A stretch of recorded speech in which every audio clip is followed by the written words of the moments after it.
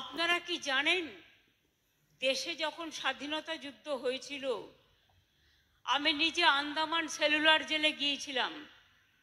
আমি দেখে এসেছিলাম ওখানে যে স্বাধীনতা সংগ্রামীরা ছিলেন দীর্ঘদিন বন্দী, তাদের মধ্যে সবচেয়ে বেশি সংখ্যক ছিল বাংলা এবং তারপরেই ছিল পাঞ্জাবি বন্ধুরা।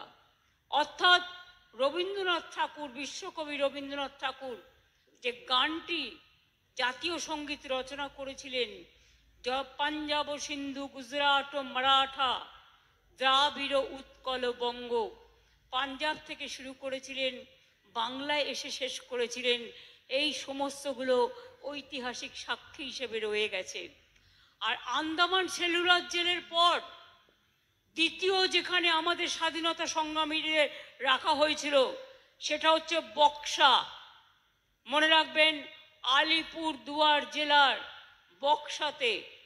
এবং সেখানে মনে রাখবেন আমরা যারা স্বাধীনতা সংগ্রামী দেশের জন্য শহীদ হয়েছেন তাদের সকলকে স্মরণ করছি আজকে।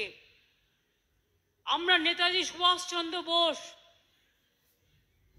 যিনি আমাদের শিক্ষা দিয়েছিলেন, দীক্ষা দিয়েছিলেন রাজনৈতিক, যিনি আমাদের পথপ্রদর্শক, যিনি আমাদের চিন্তানায়ক, যিনি আমাদের দেশনায়ক, যিনি আমাদের বীর নায়ক, যিনি আজকে ভারতীয় সেনাবাহিনী এই ইন্ডিয়ান ন্যাশনাল আর্মি তৈরি করার এই নামটি দিয়েছিলেন, তার নাম হচ্ছে নেতাজি সুভাষচন্দ্র বোস।